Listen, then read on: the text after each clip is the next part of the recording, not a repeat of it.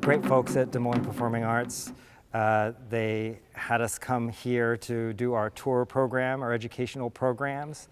And after that was booked, we realized that we really wanted to work with deaf students and learn more about deaf culture. So we've done San Jose Taiko over its 50-year history. We've done workshops for deaf community, but it's always been something that's been asked of us, and I felt like there was an opportunity for us to really do some ground work before the tour happened, before we came here, to learn a little bit more so that we could have a really great experience with the deaf community here.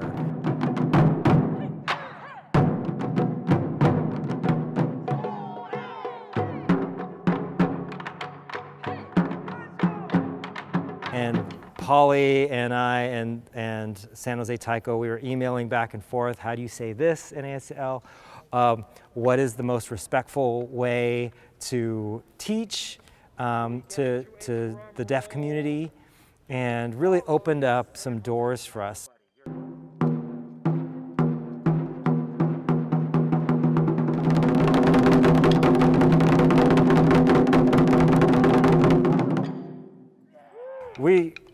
We did the workshop for a Taiko workshop for the deaf students, but really they were teaching us quite a bit about how to make a meaningful experience with this community. We really wanted to work with the deaf community more and try to figure out how to it not be just a one-way sort of transaction, but more of an exchange.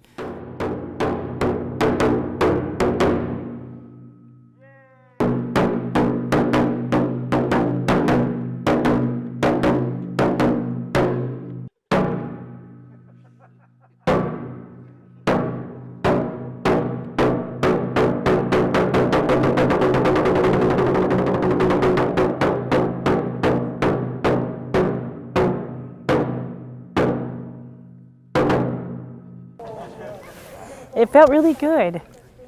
The vibration was really neat.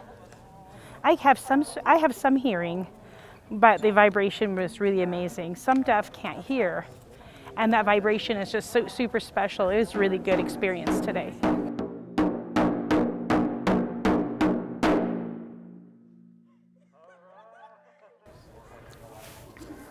So my favorite part was when they had the drums on their bodies, strapped on, and walking around playing the drums. That was my favorite.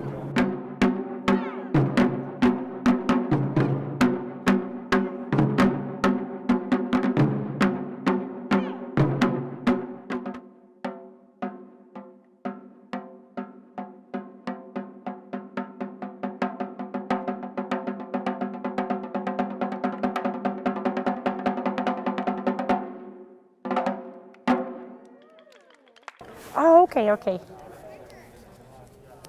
So some things that I'm going to learn and take away was, you know what, just seeing these guys do it, and they can do it, and I know that I can do it, or anyone can do it.